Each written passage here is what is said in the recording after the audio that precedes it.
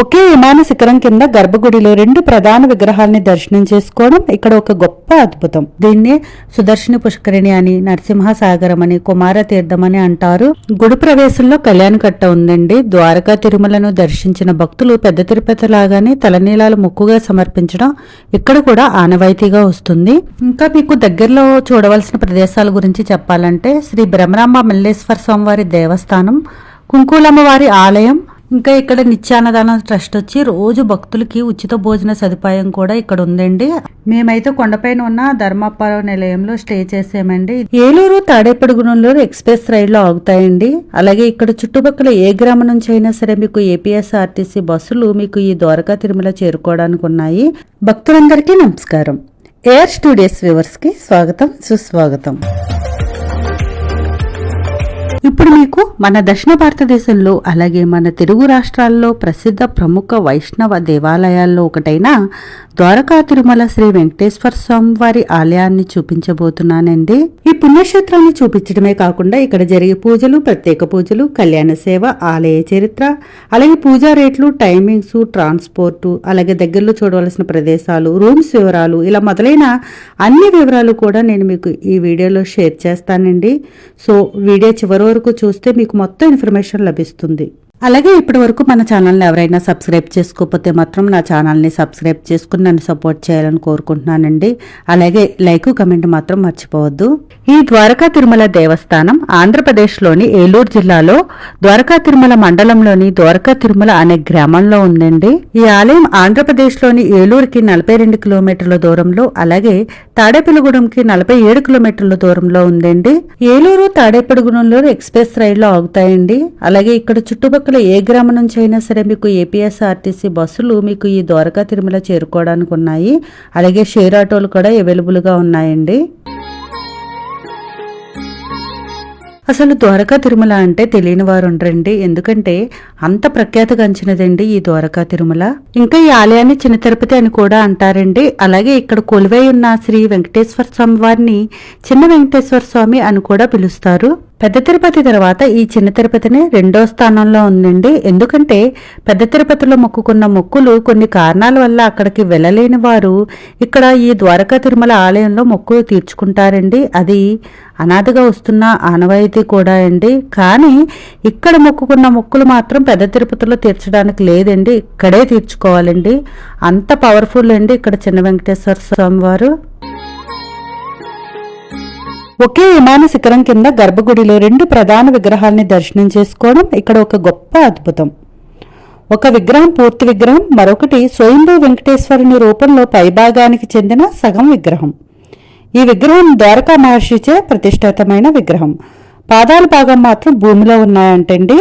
ద్వారకుడు అనే మహర్షి తపస్సు చేసి స్వామివారి పాదాలను కోరాడంట. అందుకే ఆ పవిత్ర పాదాలను తన రోజువారీ పూజ కోసం పాతాళంలో ద్వారకా మహర్షికి సమర్పించినట్టు పురాణం చెబుతుంది. అందుకే ఇక్కడ శ్రీ వెంకటేశ్వర స్వామి వారికి అన్ని ఆలయాల్లో జరిగే మాదిరిగా ఇక్కడ అభిషేకం చేయరండి. ఎందుకంటే ఒక చిన్న నీటి బొట్టు పడినా సరే అది స్వామివారి భూమి లోపల ఉన్న స్వామివారి విగ్రహం కింద ఉన్న ఎర్రచీమలను కదుల్చుతాయంటండి. అందుకని ఇక్కడ అభిషేకం చేయరంటండి. ఆ తర్వాత పవిత్ర పాదాలని పూజించకుండా భగవంతుని ప్రార్థన పూర్తి కాదని పూర్వపు సాధువులు భావించి 11వ శతాబ్దానికి చెందిన గొప్ప సంఘ సంస్కర్త శ్రీమతి రామానుజులచే పూర్తి విగ్రహాన్ని ప్రధాన విగ్రహం వెనుక ప్రతిష్ఠించారు. కాబట్టి స్వయంభూగా వెలిసిన అర్ధభాగం దర్శనం చేసుకోవడం వల్ల మోక్షం సిద్ధిస్తుందని, అలాగే పూర్తి ప్రతిమను కొలిస్తే ధర్మార్థ కామ పురుషార్థములు సమకూరుతాయంట. ఈ పుణ్యక్షేత్రాన్ని మహాతపస్సు చేసిన ద్వారకా మహర్షి పేరుగా ద్వారకా అని ఈ క్షేత్రానికి పేరు వచ్చిందంటండి. అందుకే ఈ క్షేత్రాన్ని ద్వారకా తిరుమల అని అంటారు.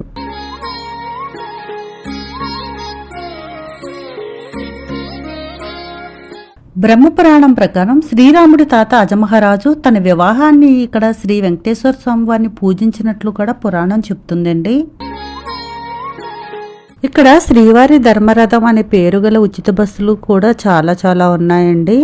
కొండపైకి ఎక్కిన తర్వాత నిరంతరం ఫ్రీ బస్సులు పైన భక్తుల కోసం ఇలా తిరుగుతూనే ఉంటాయి. ఇంకా కింద నుంచి కొండపైకి ఎక్కువ దూరం ఉండదండి. ఒక 1 కిలోమీటర్ నుంచి 1.5 కిలోమీటర్ దూరం మాత్రమే ఉంటుంది. అంతేకాకుండా మనకి కార్లు, బైకులు అన్నీ కూడా అలౌ చేస్తారండి పైకి రావడానికి. భక్తుల కోసం ఎమర్జెన్సీ హెల్త్ ప్రాబ్లమ్స్కి బేసిక్ ట్రీట్మెంట్గా ప్రథమ చికిత్సా కేంద్రం ఆలయం ఎంట్రన్స్లో ఉందండి. ఆలయంలోకి ప్రవేశించిన తర్వాత ఈ ద్వారంలో మనకు అటు ఇటు కూడా మండపాలు ఉంటాయండి. ఆ మండపాలకి ఒక సైడ్ అంతా విష్ణు అవతారాలు ఉంటాయి, ఒక సైడ్ అంతా అష్టలక్ష్మి అవతారాలు ఉంటాయండి. నెక్స్ట్ ఈ మండపాల్లోనే మనకి మ్యారేజెస్ అన్నీ కూడా జరుగుతాయండి. మ్యారేజెస్ ఎవరన్నా చేసుకోవాలనుకునేవారు ఈ మండపాల్లోనే చేసుకుంటారు.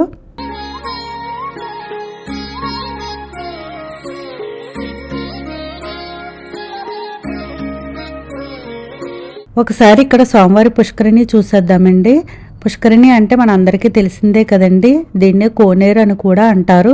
భక్తులు స్వామివారిని దర్శించుకునే ముందు ఈ కోనేరులో స్నానం చేసి లేదా కాళ్ళు కడుక్కుని దర్శనానికి వెళ్ళడం ఆనవాయితీగా వస్తుంది. దీన్నే సుదర్శని పుష్కరిణి అని, నరసింహసాగరం అని, కుమార తీర్థం అని అంటారు. ఇక్కడ చక్రతీర్థం, రామతీర్థం అనే 2 స్నానఘట్టాలు ఉన్నాయి. సుదర్శన చక్రం ఆకృతి ఉన్నందున ఆ పేరు వచ్చిందంటండి. ప్రతి సంవత్సరం కార్తీక శుద్ధ ద్వాదశి నాడు తెప్పోత్సవం ఇక్కడ చాలా ఘనంగా జరుపుతారంటండి. ఇంకా ఇక్కడ నిత్యాన్నదానం ట్రస్ట్ వచ్చి రోజు భక్తులకి ఉచిత భోజన సదుపాయం కూడా ఇక్కడ ఉందండి. అన్నప్రసాదం టైమింగ్స్ అయితే మాత్రం సోమవారం నుంచి శుక్రవారం వరకు ఉదయం 11 గంటల నుంచి 3 గంటల వరకు ఉంటుందండి. అలాగే రాత్రి 7 గంటల నుండి 9 గంటల వరకు అన్నప్రసాద కార్యక్రమాన్ని నిర్వహిస్తారండి. శని ఆదివారాల్లో మాత్రం మార్నింగ్ 10 గంటల నుండి సాయంత్రం 4 గంటల వరకు ఉంటుందండి. ఎందుకంటే ఆ రోజుల్లో రద్దీ ఎక్కువగా ఉండడం వల్ల.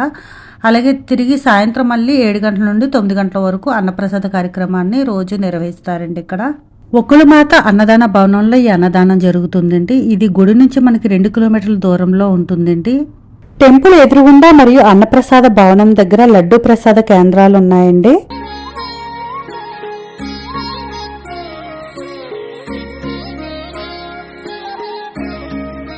గుడి ప్రవేశంలో కళ్యాణకట్ట ఉందండి. ద్వారకా తిరుమలను దర్శించిన భక్తులు పెద్ద తిరుపతి లాగానే తలనీలాలు మొక్కుగా సమర్పించడం ఇక్కడ కూడా ఆనవాయితీగా వస్తుంది.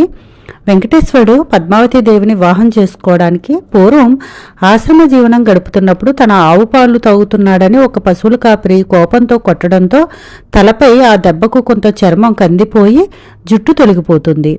ఈ సంఘటన వల్ల వెంకటేశ్వరుని దివ్యమంగళ రూపానికి చిన్న మచ్చలా అనిపించింది అని గాంధర్వ కన్య యువరాణి నీలాదేవి అపురూపమైన తన కుప్పు నుంచి కొన్ని వెంట్రుకల్ని దేవదేవుని కోసం ఇచ్చిందంట. నీలాదేవి గౌరవార్థం భక్తులు ఇచ్చే మొక్కు కాబట్టి తలనీలాలు అంటారంట. అట్టి మొక్కు తీర్చుకునే ఈ ప్రదేశాన్ని కళ్యాణకట్ట అంటారు. ఈ కళ్యాణకట్ట వద్ద ఇంకా సుబ్రహ్మణ్యేశ్వర స్వామి ఆలయం, అలాగే ఒక నంది విగ్రహం కూడా ఉందండి. వీటిని కూడా మీరు దర్శించుకోవచ్చు.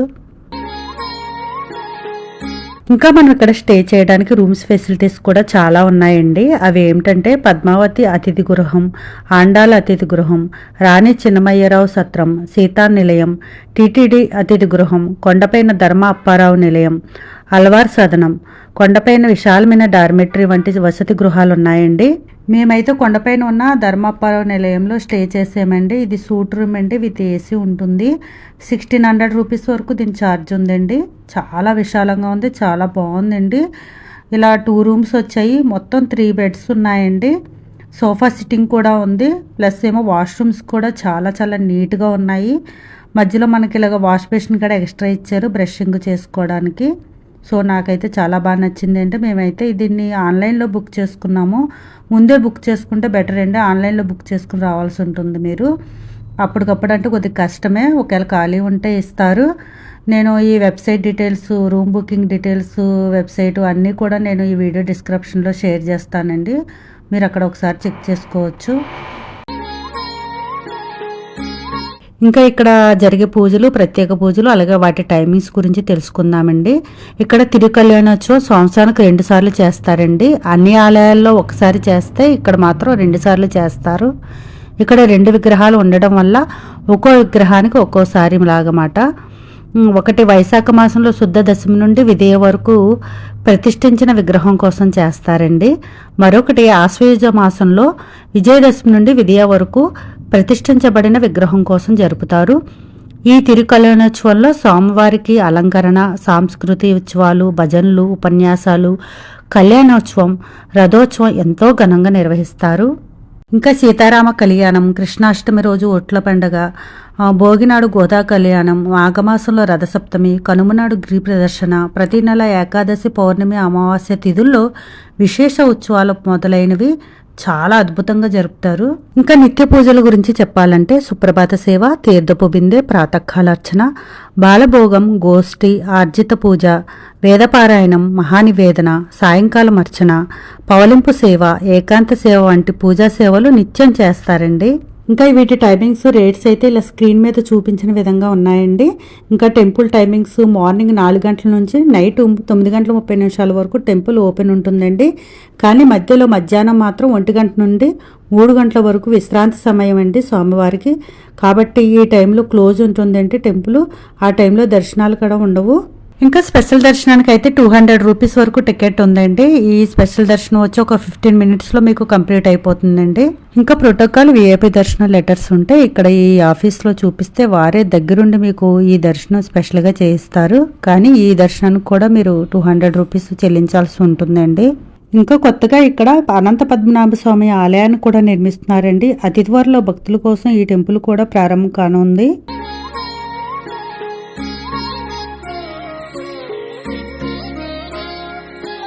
ఇంకా ఇక్కడ ఉన్న ఉప ఆలయాల గురించి కూడా ఒకసారి తెలుసుకుందామండి. ప్రధాన మందిరంలో ఆంజనేయ స్వామి, గరుడ స్వాముల చిన్న మందిరాలు ధ్వజస్తంభం వెనుక ఉన్నాయి.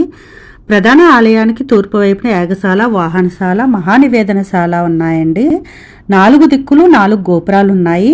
వీటిలో పెద్దదైన దక్షిణ దిక్కు గాలి గోపురం 5 అంతస్తులు కలిగి ఉంటుంది. గోపురం చక్కని శిల్పశైలితో నిర్మితమై ఉంటుందండి.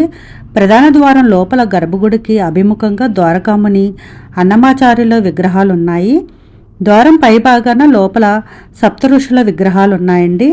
గర్భగుడి చుట్టూ ఉన్న ప్రదర్శన మార్గం వెంట ప్రహరిని ఆనుకుని 12 మంది అలవార్ల ప్రతిమలు, ప్రదర్శన మార్గంలో దీపారాధన మంటపం ఉందండి. ఇక్కడ గోశాల ఉత్పత్తులు అమ్మే షాప్స్ కూడా ఉన్నాయండి. ఇక్కడ అన్ని రకాల గోశాల ఉత్పత్తులు లభిస్తున్నాయి.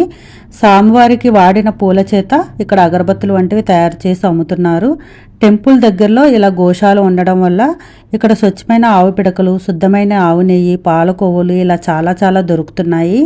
నేనైతే ట్రై చేద్దామని కొన్ని అయితే తీసుకున్నానండి. సో మీకు కూడా యూజ్ అవుతుందని నేను ఇలా షేర్ చేస్తున్నానండి.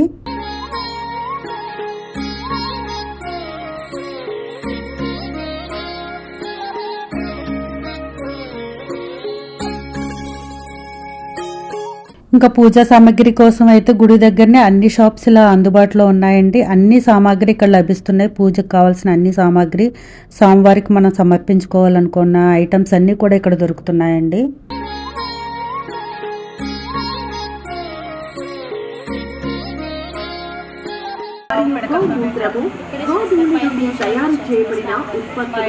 గోశాల ఉంది కదండి, అక్కడ నుంచి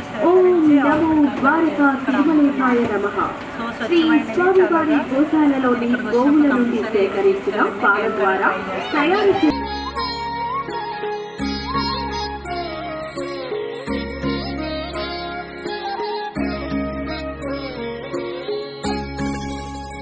ఇక్కడ స్వామివారు అమ్మవార్లు ధరించిన చీరలు, పంచులు అన్నీ కూడా ఇక్కడ అమ్ముతున్నారండి. చాలా తక్కువ రేటుకే భక్తులకు ఇస్తున్నారు. నడవలేని వారికి, వృద్ధులకి, పిల్లల కోసం ఇలాగ ఛార్జింగ్ కార్స్ కూడా భక్తుల కోసం అవైలబుల్ గా ఉన్నాయండి దేవాలయంలో. ఇవి కంప్లీట్లీ ఫ్రీ అండి, ఛార్జ్ ఏమీ లేదు వీటికి. పార్కింగ్ అయితే ఎటువంటి ఇబ్బంది లేదు, ఎందుకంటే గుడి చుట్టూ అలాగే గుడి దగ్గర ప్రాంగణంలో పార్కింగ్ ఫెసిలిటీ ఉందండి. ఇంకా మీకు దగ్గరలో చూడవలసిన ప్రదేశాల గురించి చెప్పాలంటే శ్రీ బ్రహ్మరాంబ మల్లేశ్వర స్వామివారి దేవస్థానం. ఈ దేవస్థానం దగ్గర శివోద్యానం, అలాగే పుష్కరిణి మార్గంలో నందనవనం, ప్రధాన ఆలయం వెనుక నారాయణవనం తోట, కుంకులమ్మవారి ఆలయం, అలాగే 2 కిలోమీటర్ల దూరంలో వెంకటేశ్వర జగన్నాథ స్వామివారి ఆలయం, జంగారెడ్డిగూడెంలో మధ్య ఆంజనేయ స్వామి వంటి క్షేత్రాలను మీరు చూడవచ్చండి.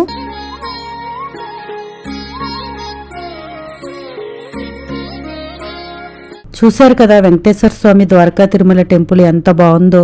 అంతేకాకుండా ఇక్కడికి వచ్చిన భక్తుల కోరికలు వెంటనే తీర్చే వెంకటేశ్వర స్వామిగా, ఇక్కడ చిన్న వెంకటేశ్వర స్వామిగా ఇక్కడ కొలువై ఉన్నారండి ఆయన. సో మీరు కూడా ఇక్కడ ద్వారకా తిరుమలని దర్శించుకుని స్వామివారి అనుగ్రహకి పాత్రలు కావాలని మనస్ఫూర్తిగా కోరుకుంటున్నానండి. అలాగే ఈ వీడియో కనుక మీకు నచ్చినట్లయితే ఒక లైక్, ఒక కమెంట్ ఇవ్వండి. అలాగే ఇలాంటి మంచి మంచి ఇన్ఫర్మేషన్ వీడియోస్ కోసం నా ఛానల్ని అయితే సబ్స్క్రైబ్ చేసుకోండి. ఇంకేమైనా ఈ టెంపుల్ గురించి మీకు క్వశ్చన్స్ కానీ సందేహాలు కానీ ఉంటే నాకు కమెంట్ బాక్స్లో కమెంట్ పెట్టండి, నేను మీకు ఆన్సర్ ఇస్తాను. ఓం నమో వెంకటేశాయ.